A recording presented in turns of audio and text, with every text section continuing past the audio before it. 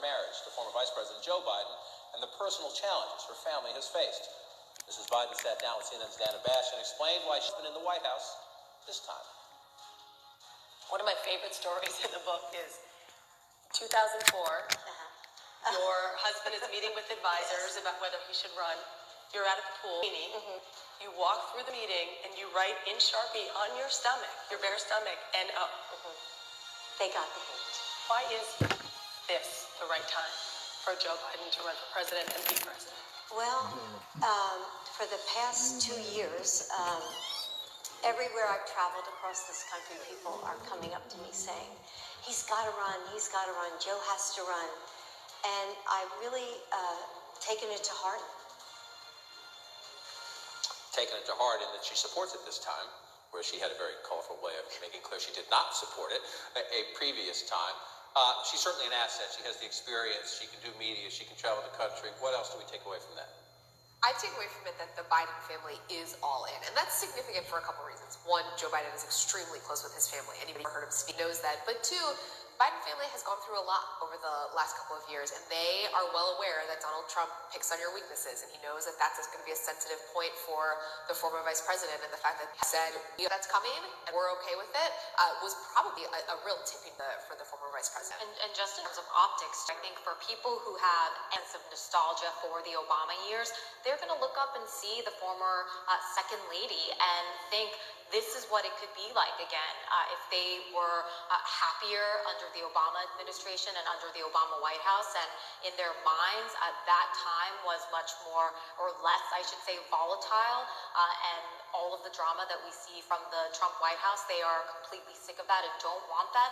Yeah, I think they see a Jill Biden, and it is another reminder of the Obama years. It's an interesting interview. There's more to it. Go to CNN.com to see more of it. Keep watching throughout the day. There'll be more of it airing with us. Up next, new trade tension spurred by the president's, yes, his tweets, and what the jitters mean for your money. Welcome back. Let's go straight to you see it right there. The Dow down 393 points. That on new trade jitters. The president promising as soon as this coming Friday to increase tariffs on Chinese goods. Despite that, the Chinese are still sending their top trade envoy to a meeting planned later this week at the White House. But the markets are unnerved by this. CNN's Christine Romans looks at the impact of these trade disputes so far and where we could be headed. John, import taxes on steel and aluminum have already raised costs for car makers and manufacturers. American companies, importers, and retailers have already been paying a 10% tariff on food and consumer goods since last September, and many of them have mostly absorbed the cost. Now, with 5 days' notice, American companies face sharply higher tariff rates on everything from bicycle helmets to processed seafood to car seats and furniture. Really, thousands of different items. Consulting firm Trade Partnership estimates the entire cost of all of Trump's tariffs, this 25% tariff and the existing taxes on high-tech imports from China, would cost jobs and raise expenses for the average family by 7%. It'll be felt mostly by the retail industry, reliant on China.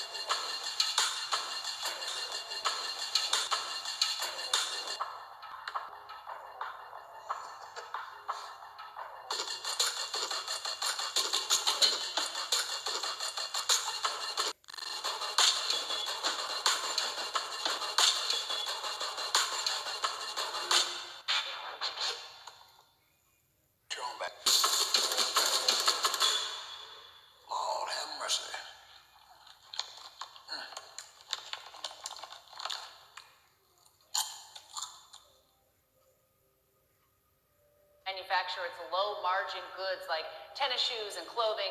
The National Retail Federation warns that jacked-up tariffs would disrupt especially smaller American companies and will mean higher prices for consumers. American business, no fan of tariffs as a negotiating tool, but this president is. He has famously called himself Tariff Man, and he holds the false view that the Chinese government somehow pays those tariffs. He has said many times he is taxing China.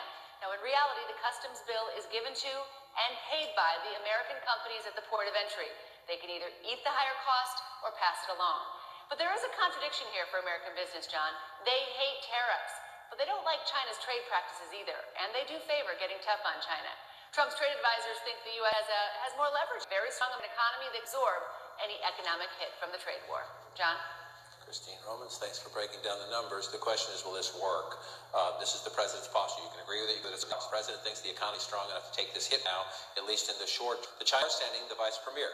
The question was, would they say, never mind?